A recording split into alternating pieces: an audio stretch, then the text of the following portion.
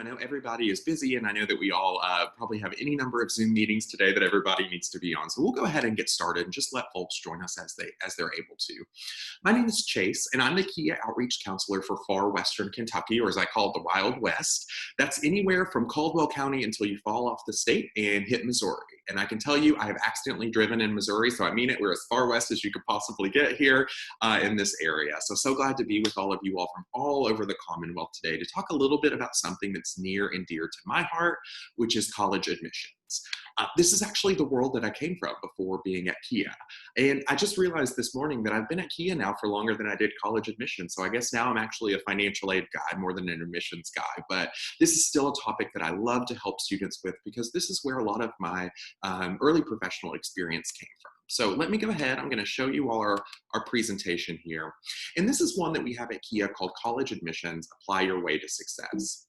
What we'll be doing for the next 50 or so minutes, maybe an hour, is just talking through some of the different resources that KHEAA makes available, as well as what are those processes that your students will actually encounter when they're students. So lots of very practical advice in this presentation. If you have questions, you're welcome to go ahead and leave a message in the comments. Kevin, who is our College Info Roadshow counselor, is going to keep an eye on those for me and try to address those. And I've told him if anything is really pressing, just go ahead and interrupt me and let me know and we'll address that. So don't hesitate to go ahead and ask questions in the comments as those arise.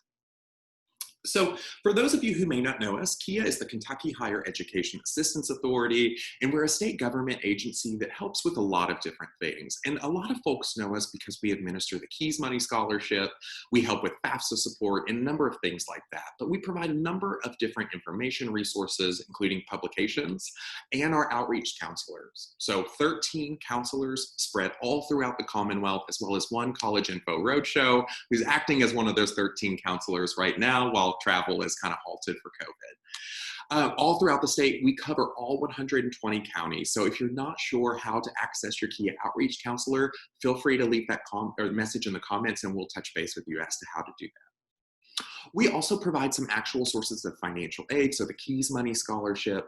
We administer state grant programs in Kentucky, so those need-based aid programs like CAP and KTG, as well as some scholarships like our Kentucky Work Ready Scholarship, our Dual Credit Scholarship, and we also have our 529 educational savings plans and the Advantage Education Loan. So we have our hands on a lot of different things at KHEAA, and we love to be a part of higher education in the Commonwealth.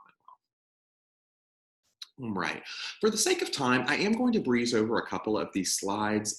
We can always talk about these more in depth. At the end of the presentation, I will put my email address, or if Kevin, if you wouldn't care to type that in the comments, my email address. So if anyone wants to touch base with any of these topics, we can certainly talk about these after.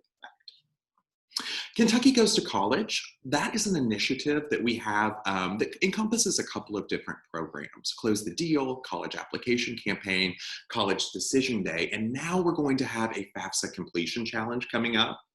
What that means is that when you actually access that website, you go to kygoestocollege.com, what you're going to find is a toolkit that has a lot of different resources for it. So specifically, you can click in and see what kinds of things you would need to do a Close the Deal, or what kinds of things you'd need for a Kentucky College Application Campaign event. We have very practical tools. We have letters for volunteer help. We have sample agendas. So lots of tools there because we don't want you to have to reinvent the wheel. We do ask if your school is hosting a KY Goes to College event, go to that website, kygoestocollege.com, and what you can do is you can actually register your school as a school that's interested in one of those events, and we will send you some promotional materials, some folders and stickers, even some signage if you're interested that will help promote those events throughout your school. All right. Last thing I'll kind of show you before we get into the meat and potatoes of what it is in this admissions conversation is KHEAA.com. Why do we show KHEAA.com? Because if your student is navigating the admissions or financial aid process, this website is a hub of so many different pieces of information. There are literally links to thousands of scholarships for students to apply to and search through on this website. We also will allow students, if you click that sign-in button, you can see here's our main page. In the top right corner, there's a sign-in button. Here's what it looks like when you click on that. You can either register or sign into your My KHEAA account to do a couple of different things. For many students, especially freshmen through maybe sophomores or juniors, this will primarily be an opportunity for them to check their KEAS money accounts. However, especially as we get closer and closer to senior year, the My KHEAA account is where a student can go to set dual credit preferences. So if they're interested in taking dual credit classes and maybe earning that scholarship, they can go to their My KHEAA accounts and set that up and set those preferences. They also can apply for scholarships, including our Work Ready for when they graduate high school. So this is a really powerful tool for students, and it's all linked through the My KHEAA account. They go to KHEAA.com, which I'm actually going to show you in just a second, and they're going to be able to create or sign into that account, check their KEAS money, apply for scholarships, and all of those sort of things. Here you can see what it looks like. If a student has logged in, they click that KEAS high school info, and it gives them kind of a breakdown per year of what their KEAS money looks like.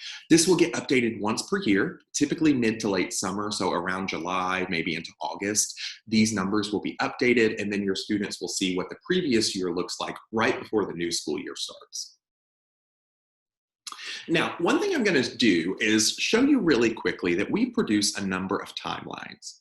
What do we mean by timelines? One of the questions I get asked the most by families of all ages is, what should my student be doing right now? Well, sometimes that parent has a senior in the household and an 8th grader, or a senior and a sophomore. And the advice is very different, as many of you all know, depending on what age group. So I just want to highlight that we at KHEAA make available a number of different timelines. So here you can see an 8th grade, 9th grade, 10th, even 11th. And the one that we'll actually go through as a group is the 12th grade year, because that's going to be the most pressing. But what I want to show you is how to access those timelines if you're interested. So maybe you work specifically with underclassmen. So hang tight, I'm going to stop sharing this for 1 second, and I'm going to share KHEAA.com. Kevin, can you see KHEAA.com? All right. So if you take a look at our website, like I said, this top right corner is where you would click the sign in button if you were interested in checking keys or applying for scholarships or anything like that. If you want to access those timelines, what you're going to do is hover over this planning for college section, click on that. And if you take a look, there's a number of different resources here, including the planning timeline. So that's what I was kind of breezing through for the sake of time. So I want you to know how to access them, but we're not necessarily going to go over all of these together just for the sake of time. But here, if you're working with an 11th grader, you click on that planner, and here we go. Here's a full plan for the year for what an 11th grader realistically could be doing to prepare for college that next, to apply for college that next year. All right, I'm going to head back to our presentation, but I did want to show you how you navigate to those timelines, just in case any of you all want to go back to those down the road. Now, in terms of admissions, we all know that the ACT is going to be one of the most important factors in terms of students being automatically admitted. That is, they send in their materials and they get that acceptance letter. We know the ACT and the GPA are two core components oftentimes, especially in the Commonwealth of Kentucky. Now, I will say the trend seems to be that there are schools adopting a test optional policy, meaning they may not require the ACT as part of the admissions. They may look at the GPA. Now, one thing to be careful for in advising students not to take the ACT, one is that all students in Kentucky will have access to that as a junior, but two, sometimes if students do not hit automatic GPA thresholds, they may be asked to furnish test scores as well. So just keep in mind, there's a strong incentive for students, especially if they want to apply for competitive scholarships, to go ahead and take the ACT and to take that as many times as they feel comfortable putting in that prep work for. As we know, it's that score of 1 to 36, and it's that measurement of what students have learned and their ability to succeed in college level coursework. So that's why the ACT is viewed as so important. It's standard for all folks across the board. So it puts everyone kind of on a somewhat of a level playing field, as much as that can happen with standardized testing. So ACT, we do encourage students to take that and take it more than once, because we know there is a direct correlation, not just between ACT score and admissions and college success, but between ACT score and the dollars you get to pay for college, the scholarship money, whether that's in the form of KEAS money or institutional scholarships from the school your student is applying to. Here, if you all want to take a quick screenshot of this, here are the 2020-2021 ACT test dates. You can see the dates, you can see the deadlines, and then the late registration. So there's several different options. As of now, that process should remain the same, actstudent.org. But if you want a quick reference, I'll hold the slide for just a second if anybody wants to take a quick screen grab of that and have all those in one spot. All right. Here's another one I do want to pause on for you all to be able to take a screenshot if you're interested. These are some of the free or near free resources that we have found that are very, very helpful for students. One that I like specifically and have seen students working with is that March to Success website. It's actually sponsored by the US military. Don't have to be you don't have to be enlisted. Excuse me, you don't have to be going through the recruitment process or anything to use that. Those resources are all free for you, but it's such a comprehensive database of test and practice materials for all of the different subject areas. So if anyone's interested in any of these, we've got act.org, number2.com, several different ones that are good resources for students. So I just want to hang tight on this for 1 second so people can take a screen grab if they're interested. All right. Here are benchmarks. We're not going to stay here because it seems like primarily we're looking at a professional audience today, so mostly school counselors or maybe college access professionals. So you all know the benchmarks are available, but if you are a student or a family who is listening or tuned in with us, just know that there are benchmarks both nationally and in the state of Kentucky. So if your college that your student is applying to is not test optional, if they want to see an ACT score, those benchmarks or above are typically what those schools will be looking at. So keep that in mind. Oftentimes, if students are admitted but don't hit those benchmarks in certain areas, they may be asked to take developmental or remedial classes, which are classes that you may have to pay for, and they may still take a semester, but you may not actually earn college credit for, because what they're going to do is get you up to the college level to take college algebra, for instance, if it's a math problem or a subject like that. So there's still an incentive when you take the ACT as a junior. Go ahead and try your hardest, do your best, and retake it if you're not hitting those benchmarks. All right, a little bit of advice here. If you're not meeting those, take the ACT again, study, study, study, and then retesting. One of the things that's a little bit different for this year for students is that they're going to be able to retest in specific sections of the ACT. Now, there's different price points that go along with that, and I think maybe still some questions as to how that practically will roll out. But just know that students who say may not hit their benchmark in math may have the opportunity to take just that math section and then get that one section to the benchmark. All right, so let's go ahead and go into this 12th grade timeline, because like I said, I don't have time to share 8th through 12th grade, but I do want to go through what one of these looks like. And remember, these are the timelines that I showed you how to navigate to when we were on the KHEAA.com website, so keep that in mind. So 12th grade year, fall semester, here's some things we recommend. If you're a senior in the fall, narrow your list of schools and schedule visits. So if you haven't already whittled it down to 2 or 3 or 4 schools, start to think about whittling that number down. Why? Because you need to think about the fact that every school you apply to, not only are you doing additional paperwork, sending in more documents, corresponding with more folks, you're also maybe paying application fees at all of those schools.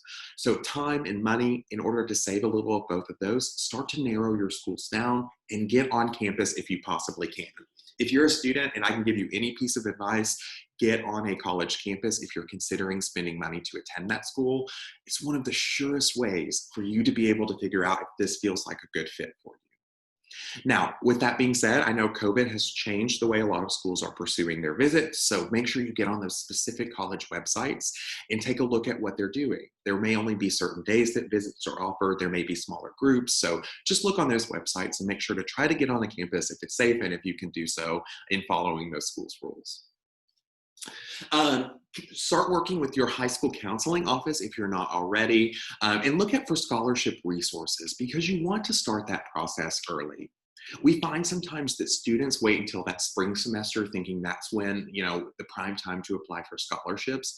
And while there are a lot of private scholarships in the spring, most of those institutional awards, those big time full tuition scholarships, those room and board scholarships, those big ones that students compete for, those are often determined, or at least you have to apply by the time winter break rolls around or shortly thereafter. So remember, students, go ahead and start looking for scholarships now if you're a senior, because you'll have to apply for those sooner rather than later. Here's some other advice we offer. Take or retake the ACT, complete those online admissions, watch for early action and early decision deadlines, and know what those mean. Okay, so sometimes there's a difference between early action and early decision. They may come with commitments, especially think about if you're a college athlete or looking to be a student athlete, there may be commitments there, and make sure you're aware of what those commitments look like and if they lock you into a particular college. Now, in terms of college fairs, we always advise for students to go to college fairs if possible. Realistically, we think those will probably be virtual events that are happening, but if you can, still attend those. And one of the things I shared with some students a little bit earlier in all of this is that may give us the opportunity actually to engage with some students that we typically, or at colleges we may not typically be able to. Schools that are further away, schools that couldn't necessarily make the time or doesn't necessarily have the budget to travel, especially, if you're far out west, like we are here in Paducah, it's kind of a bit of a haul from Louisville or Lexington or further east. So this could be an opportunity for students to connect with even a wider variety of colleges and universities. Request recommendations from teachers, employers, counselors, and if you do, and this is for students or families who are listening, provide a resume. Now, I always advise that you give your counselors a 2 to 3 week period, a month if you possibly can, to ask for those recommendations. Why? Because two categories of individuals at the school tend to get victimized by letters of recommendation. A school counselor and an English teacher oftentimes. If you have a college and career coach, that's another one that's going to get hit up a lot. It's not just from one student, though. It could be 70 or 80, and looking at counselor ratios for school counselors, it could be 100, or it could, they could be a high volume of these requests. So ask early, provide them with a resume, even if you go to church together and you know each other and you talk to each other when you're at Kroger, provide that resume so they can see a little bit more specific information about what it is that you do well, what it is that you've done, your experience, and how they can speak to that on your letter of recommendation. What I always tell students is we don't want to create a situation in which, your scholarship is due tomorrow and you've forgotten and you have to walk into your school counselor's office at the end of the school day and say, hey, I need a letter of recommendation by tomorrow or I can't apply for this scholarship. That puts a school counselor in a tough position, right? Do I drop everything and try to do it? Do I set the example and say, hey, you should have asked for it earlier? It's a tough situation for everyone involved. So I know that all school counselors try to accommodate as many as is humanly possible. So students, just try to give them a little bit of notice. Continuing with the fall semester, we want you to get serious about applying for the FAFSA as soon as possible if you're not thinking about that already. So whether you're a counselor here, a college access professional, whether you're a student or a parent, the FAFSA is one of the most important documents that your student will complete, or applications, I should say, that your students will complete throughout their entire senior year. It is the bridge between them and most sources of financial aid. Student doesn't complete a FAFSA, a student doesn't get grants, they can't get federal loans, they can't get federal work study dollars, and in some cases, they can't even get institutional scholarships. They can't even get that automatic tuition scholarship because they had the 3.5 and the 27. They need to complete the FAFSA to even unlock those dollars in some instances. So my best advice, if you think you're going to college, go ahead and complete a FAFSA. Other scholarships like our Work Ready scholarship. So if you have students who are interested in those technical programs and are going to one of our KCTCS partner institutions to study welding, or one of those top 5 in-demand workforce sector programs, this is something they need to do as well. They can't actually earn that scholarship until they have completed the FAFSA because it's considered the last dollar in. All the FAFSA money goes in first, with the exception of loans, before they add that Work Ready money in. So FAFSA has to be done. Sometimes families will tell me, we're not going to be eligible for anything, so we don't actually want to file a FAFSA. And I'll say, okay, how do you think, what do you all think about covering the balance? And they said, well, they'll probably have to get student loans. Well, for your students to get the best, most competitive rates, those direct federal loans are offered because your student fills out a FAFSA. Rather than a credit check that they go online to a certain company or a bank and apply for, because realistically, most of our 18-year-olds don't have an established credit history. They go and complete that FAFSA. It not only tells them whether they're eligible for aid they don't pay back, like grants and work study dollars, but it does also create that eligibility for direct loans for students that come right from the federal government. That opens October 1st, and the official Kentucky guidance is to complete that as soon as possible on or after October the 1st. October the 1st is not a deadline. Okay, that's one thing I want to reiterate. I tell students all the time, I do not want you up at midnight on September 30th at 12:01 a.m. trying to put in sensitive tax information with numbers and all these other things. That's probably a disservice to you because it's going to be a little bit harder and you might make a few more errors, but you need to be ready. You could do that a couple of ways. Number one, you can go ahead and make an FSA ID. That's just a username and a password for the FAFSA. You create that for you as a student, and if you live in a household with at least one parent, you want to make one for a parent as well. Doesn't have to be both parents, just one parent. You can go ahead and do that. You can go ahead and start gathering your 2019 tax information because this FAFSA opening up this October will collect 2019 tax information. That will include your 1040, which would be your tax the tax document itself, as well as W-2s, so those earning statements from your employers, as well as records of investments. So if you own property that has value, or if you have bank accounts that have a lot of value, you'll need records of investments as well as those social security numbers. So if you don't know those, track those cards down or gather that information beforehand. Now, best case scenario, we've got all that before October 1 happens. So this month, you plus your mom make an ID, you've gathered the tax info, you're ready. When October 1 happens and you wake up and you've had a night of sleep, you all can sit there together and you can go ahead and submit it that day if you've got all the documents. Now, one thing I kind of want to mention here is that not all families will have the documents on October 1st. Especially families I find that own businesses or maybe property or things, it can be trickier chasing down the documents, and sometimes there's tax extensions and any number of other things that may occur. So that's why we say as soon as possible starting October the 1st. Keep records, students, or if you're a counselor advising students, if they keep records, especially of their login, that username and the password. And I'll say this, I shared this on Instagram last week. We were talking about the FAFSA. I think one of the best ways that students and families can keep track of that ID is to save a contact in their phone that says FAFSA. And in the notes of that contact, go ahead and type out the username, the email, and the password. It's a little bit more discreet. It's a little bit easier to keep up with than a piece of paper where you have it written down. So that's a practice I found has worked for some folks. So that may be one that works for you and your students as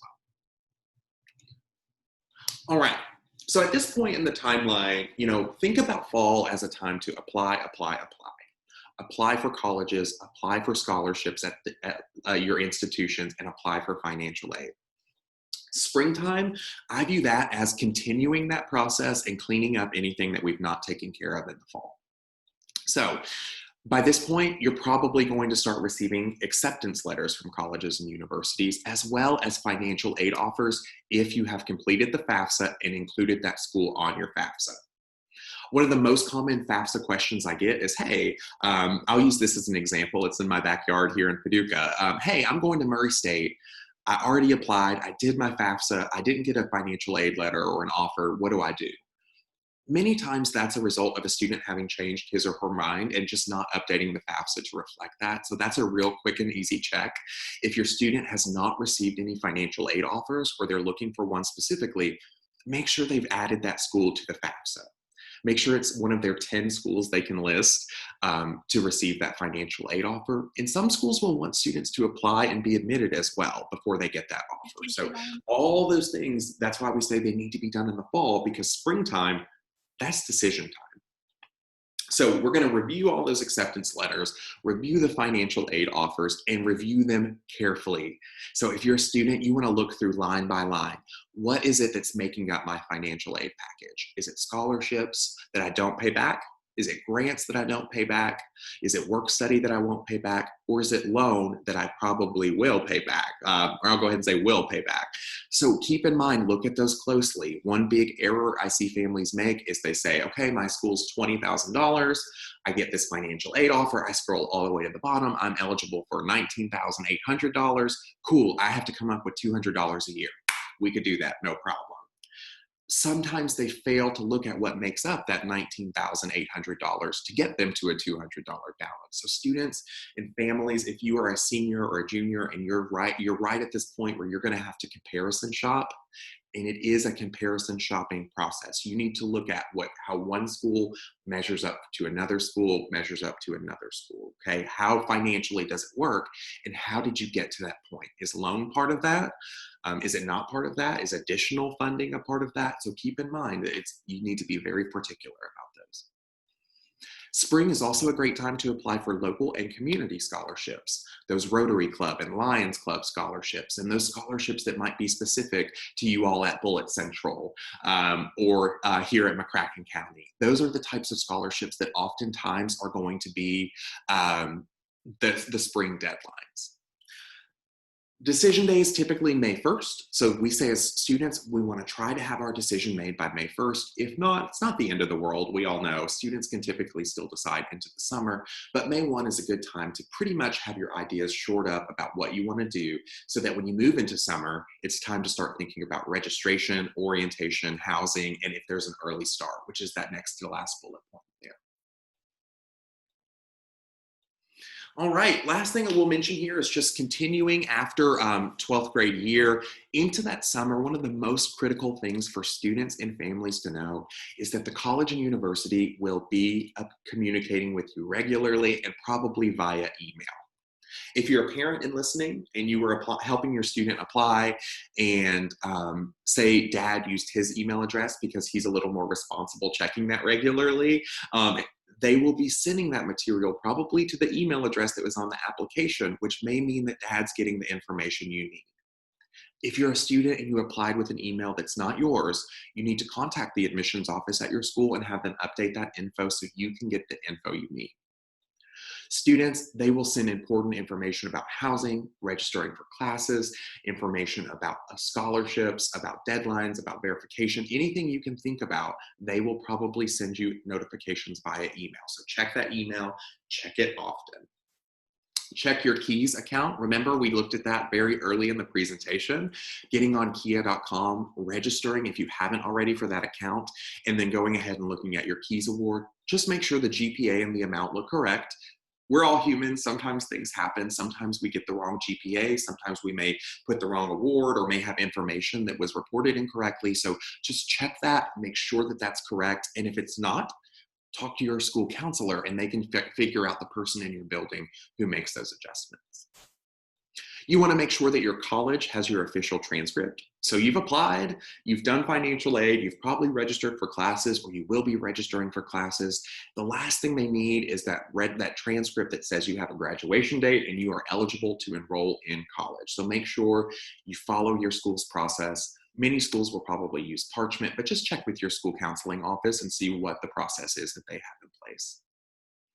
Make sure you're setting up any of the college portals. So for instance, Murray State, I use that as an example, like I said, because it's pretty close to me. Students here use a MyGate account, which is their student portal. They get information through there. They complete a task through there. So make sure you set up those accounts as well if you're a student. And lastly, in the summertime, if you're borrowing loans, just know there are a couple of things you'll have to do. It's entrance counseling and assigning a master promissory note. Those two things have to happen before a student can take out any student loans, okay? So you're not gonna accidentally end up with loans. I think that's comforting for a lot of students. I'm not gonna accidentally borrowing $5,500 per year because I have to complete these two processes at studentloans.gov to even get the scholarships in the first place. So make sure that's done as well because that can hold up any of that loan money you might be counting on. Kevin, are we doing okay on our comments? Anything we need to address for the group? Yeah, we're doing really good. Keep it up. All right. Well, if anybody has anything to share for the good of the order, be sure to type that in and Kevin will alert me to that. Okay. Here I want to highlight in terms of private scholarships, remember, those are the scholarships I talked about in this timeline that will typically be happening in the spring semester. They're the scholarships that are community organizations. They may be scholarships specifically directed to your high school. They may be specifically directed to students from your county. And one of the best ways, other than your school counselor, who's going to be somebody who is in tune with this information and who will have records of this information, this affording higher education piece is one of my favorite things that we produce at KHEAA.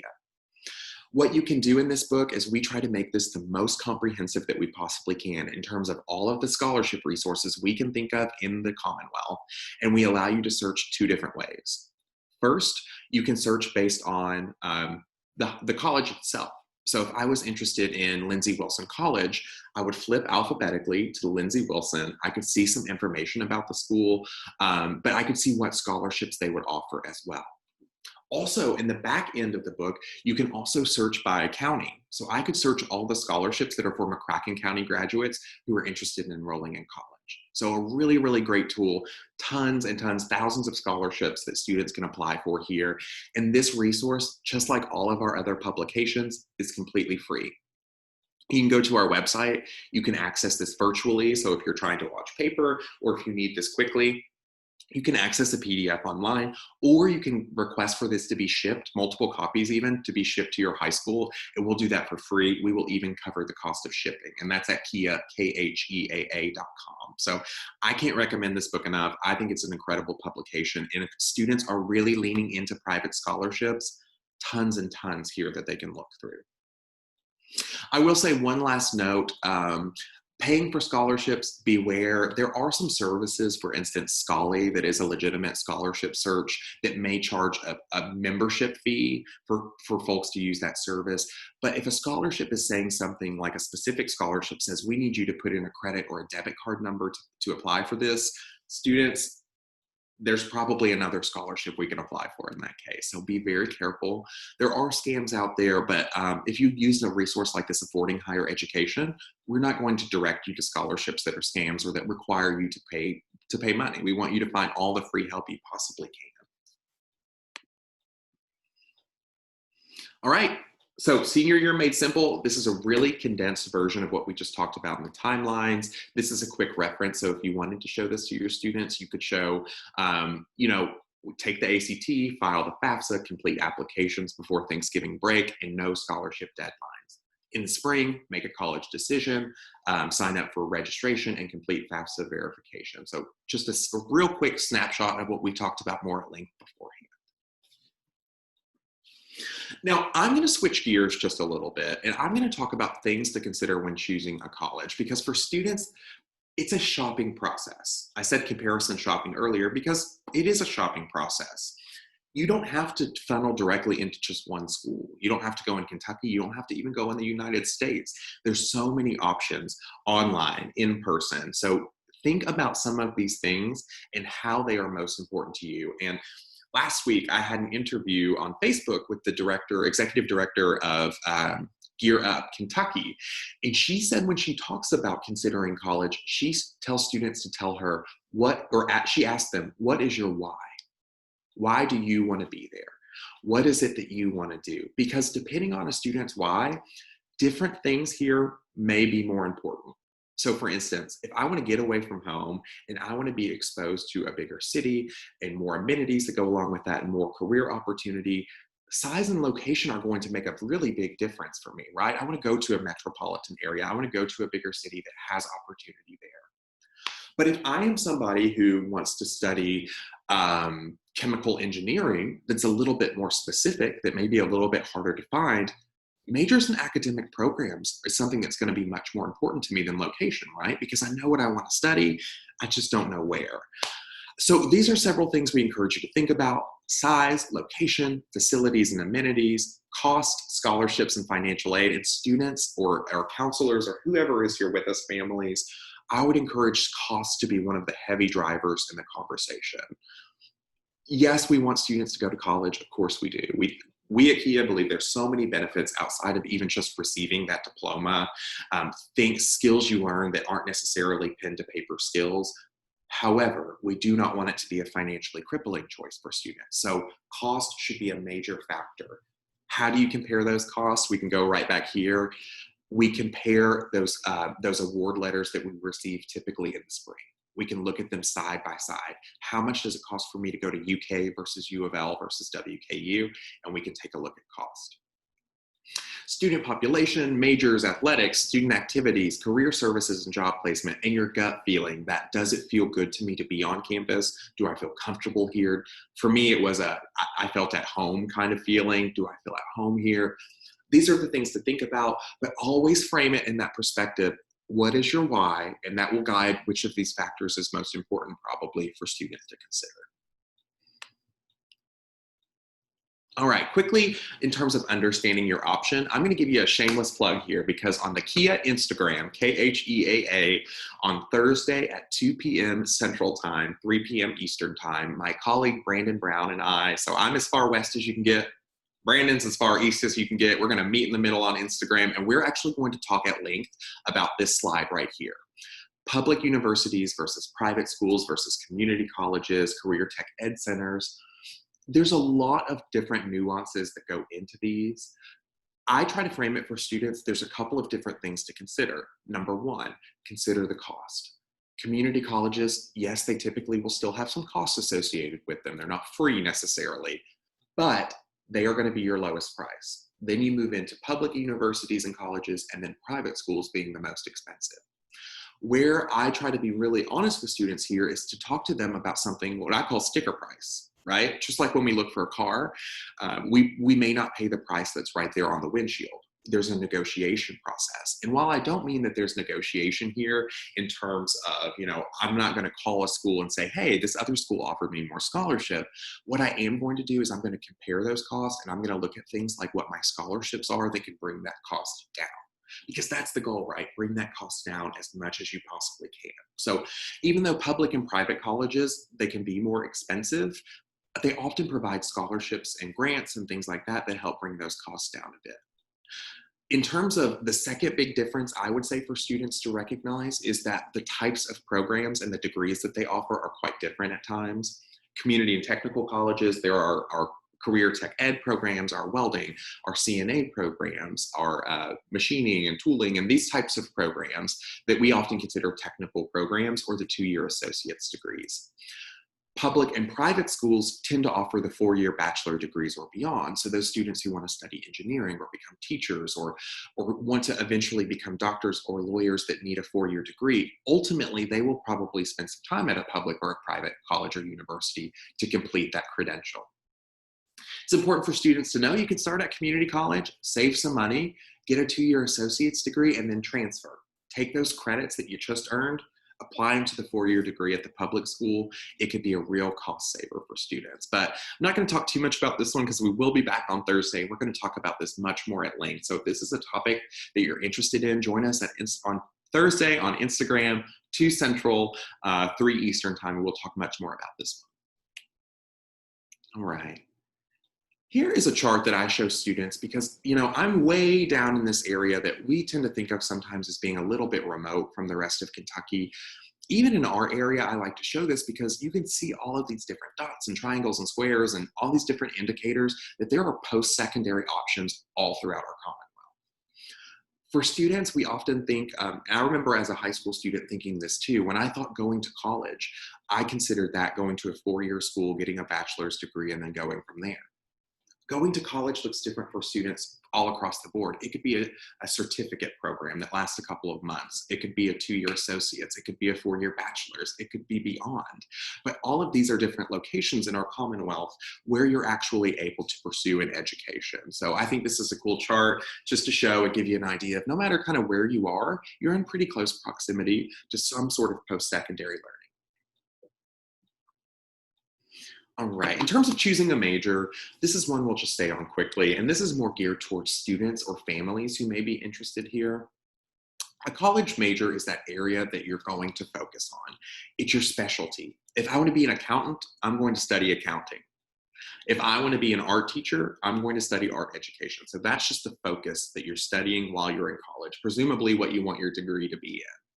Minor is similar. It's just going to be a smaller group of classes, and it indicates an interest, but less of a mastery than, say, a major would.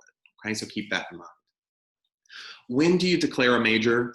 I would say if you ask 10 different people this question, you might get 9 different answers because people have a lot of strong feelings about this one. And I will say, from my time in admissions, my best advice is students do not feel pressured to dive in and feel like you have to know from the jump. That was a mistake I fell into. I saw peers falling into, we had these ideas of what we wanted to be. So, and we were told you need to declare a major, you'll waste time, you'll be in college forever.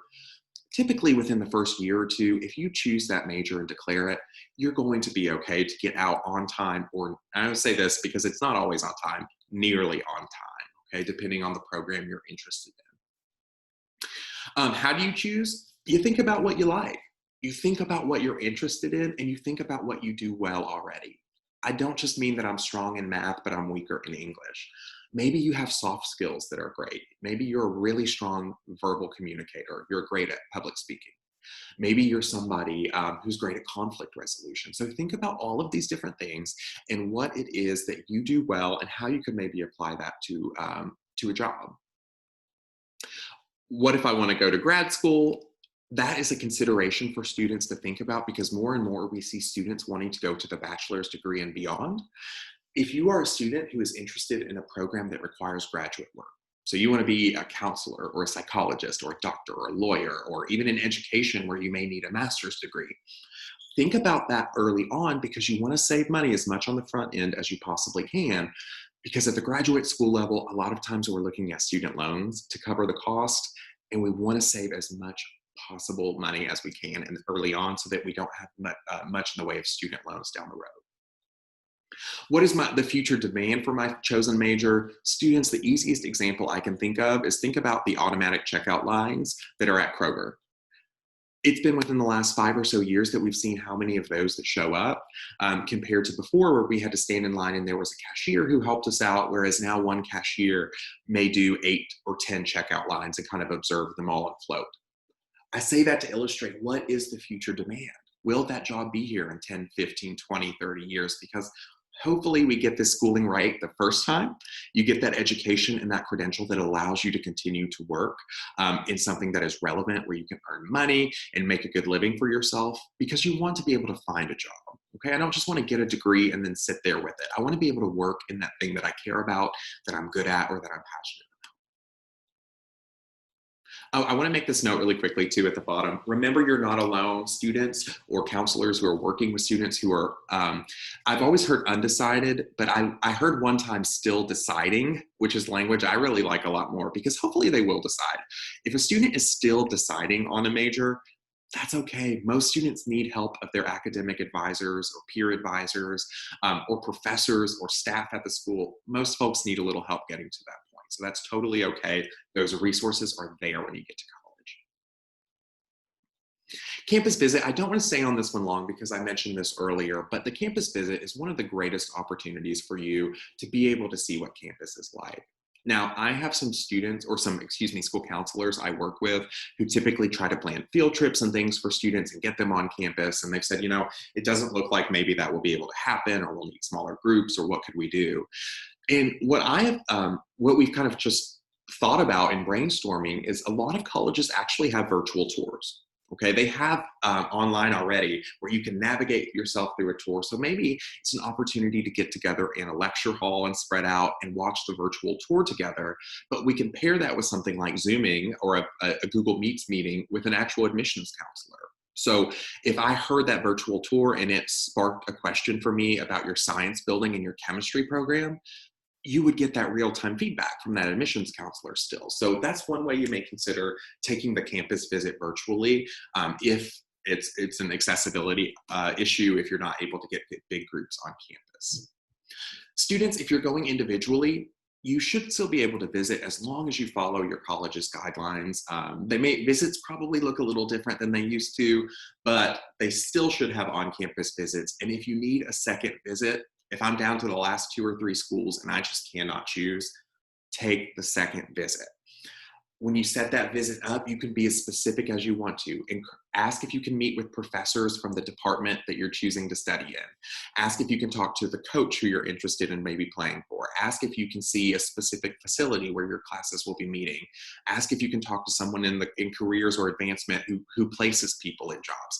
These are all the specific little things that when we get into the nitty gritty of what springtime decision making looks like, we can start to compare these things. Right. How many applications? So kind of the general guidance is that many students want to be as well-rounded in applying to give themselves the most opportunity. So we encourage a safety, a probable, and a reach school. A safety is a school that you will get in, you know you're going to get in with absolute certainty. Probable, more likely than not. Reach school, that's when we apply for those really competitive institutions where maybe a very small percentage of those students get in. So keep in mind that this will be calibrated to each student, and if you're a student and your peer is applying to different safety, probable, or reach schools, that's okay. It's all going to be based on you and your academic credentials. Remember, application fees usually range from $25 to $60 or more, but I will say this last bullet point here, if cost is prohibitive in applying, ask somebody for help. Oftentimes, admissions counselors can guide you to things like fee waivers, so application fee waivers, where you may get the cost covered if there's some financial need. Because of the cost associated with applying and the time, I always say try to make that decision about those whittling down to a few different schools before you hit senior year or early in the fall, and apply to those 2 or 3 or maybe 4 that you're most interested in. You don't have to apply to 10 or 12 schools to be successful, and I encourage you to think about which ones you feel most strongly about applying for. So what does the college look for? If you work in college access or in school counseling, realistically numbers do play a role, but they are probably not the only part that, or the only thing that will be looked at in admissions. The first thing from my own experience is that oftentimes we did look at the GPA and the ACT because it does give you a quick snapshot of where a student is at academically. But remember, a 2.5 GPA that's made up of honors classes is quite different from a 2.5 GPA that's made up of team sports and electives that are maybe a little bit easier. So keep in mind the college will probably look at the nature of the coursework itself as well. What have they taken that made up that GPA? Additionally, some schools will ask for an essay. It kind of seems like the trend may be moving away from essays from the actual application itself. But keep in mind that with scholarships, there's almost always going to be an essay. So you're not necessarily getting out of it entirely. A more competitive institution will probably feature an essay as part of what it will use to make those determinations, because a lot of those students will be very similarly credentialed, similar ACT, similar GPA, they took honors in advance, so they may ask for essays and letters of recommendation, or scholarships may, but a lot of times, just a general application, they may not ask for an essay. And they'll want to see things like extracurriculars and community service. So those are 2 things that we want to really be sure that we're thinking about too. If you're a freshman or a sophomore, start writing these things down now. Keep a Word document that says freshman year. I was involved in HOSA and FBLA, and I was secretary for my freshman class. Sophomore year, I became vice president of HOSA this year, and so on and so forth. Be specific. When you do community service projects that have hours, go ahead and record those as well. So if you're writing a scholarship essay or an application essay that says, I have this heart for community service, you can demonstrate, hey, over the course of 4 years, I did 150 hours through these projects. So keep that in mind. Remember, colleges don't necessarily want you to be involved in everything. You don't have to do every club, organization, sport, team, whatever that your school offers. It is actually, what I have always heard is it's more in your interest to pick a few things and really dive into those. Pick the couple of clubs and organizations you can really get involved in and get involved with those. And like I said, keep track of it, because seniors, if you're listening, I promise you, especially a chaotic year like what this one might be, you'll forget things. Things happen. How many of us think January seems like a whole lifetime ago? And how many things have we forgotten since then? Seniors, the same thing will happen. You're going from maybe virtual to in-person, and then in the spring, you're going to worry about things like prom and graduation and all these things. It's easy to forget the things you did, so keep track of those. All right, one of the last things I'll share here is just about selectivity. Some colleges are considered open admissions. They require the high school diploma or GED equivalency to say you've graduated high school, you can enroll. That's typically going to be our community and technical colleges. Then you have moderately selective admissions. They are going to look at some of what's on this list on the previous slide. So they may look at GPA and ACT, and maybe they'll look at extracurriculars as well. Or maybe they'll dive more into the transcript and see what those specific classes were. When you get into very selective admissions, they are going to look at most, if not all of these, and they're going to look over them with a fine-tooth comb because they're the ones where they're looking at the most minute details between students to see who makes it and who doesn't. So keep that in mind. You need to find out, every school has different admission standards. Some of them will not tell you, as an admissions counselor, I always disliked the question, what's the minimum I need to get in here? But, a lot of them will share averages and they'll say, well, our average, our students have an average GPA coming in of this number or average ACT of this number. And that gives you an idea of kind of what the current student body might look like. So final review, senior year, here are all the things that we want to make sure that you have accomplished. Number one, you've started and completed your FAFSA as soon as possible on or after October the 1st. You try to get all those applications sent in before Thanksgiving break. You enjoy your winter break, okay? You could take a little bit of a rest there. Continue searching for scholarships. Consider taking the ACT one more time. Remember, a couple of points on that composite can be the difference between thousands of dollars in scholarships. So especially if you're right at that point where you might be thrown into a new tier of scholarships to compete for, taking it one more time could easily pay off if you get an extra $1,000 a year. Lastly, let's try to make those decisions by May the 1st. If you can't, it's okay, but try to make them as close as possible to that May 1st date. All right, so that is all I have for the admissions portion of this. If you want to receive more information from us, you can actually text us at 1-800-928-8926. We send you monthly, or I think it's weekly reminders, that tell you some updates about things that we're doing, scholarships, advice, all kinds of different things. So I'll keep that up for 1 second. And then before I wait for questions, I do want to show you one other thing. And hopefully everyone can see this. We just created a flyer for our webinars that are upcoming. I know you all tuned in today. We have a Paying for College coming up on September 17th and September the 29th. On the 17th, it's 7 p.m. Eastern. So if you work all day, it's hard for you to get offline to get on a webinar or get online, for a webinar. You can check out one of our night events. And then we have another during the day for Paying for College, September 29th.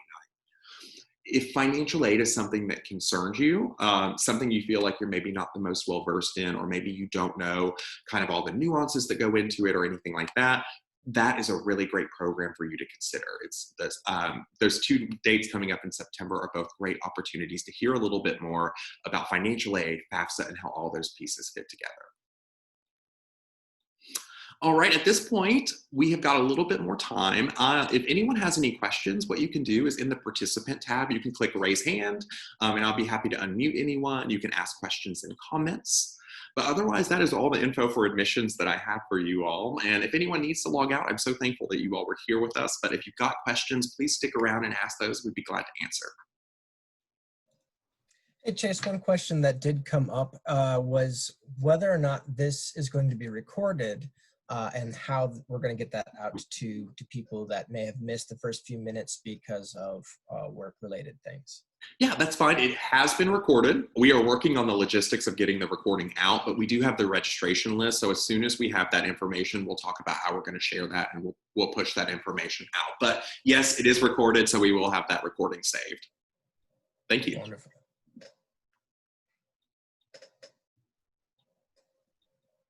Also, folks, if you weren't paying attention to the chat, there's a bunch of links in there. A lot of the links that Chase was talking about, I just went ahead and linked on there so you didn't have to retype in the FAFSA website or the FSAID website and things like that.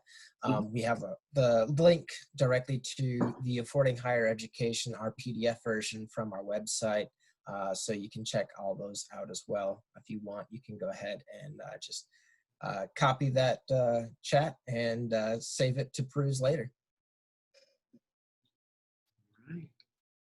Well, if there's no questions for the whole group, that is all the information I have for you all today. I will hang out here for just a little bit. If someone wants to talk more privately or thinks of anything, I'll hang out here for just a little bit longer. But if nothing else, thank you all so much for your time. I know there's so many different webinars and lots of information floating around right now. So we sincerely appreciate you taking the time to spend it here with us at KHEAA. Be on the lookout. Lots of good stuff coming for you all, and we look forward to seeing you soon.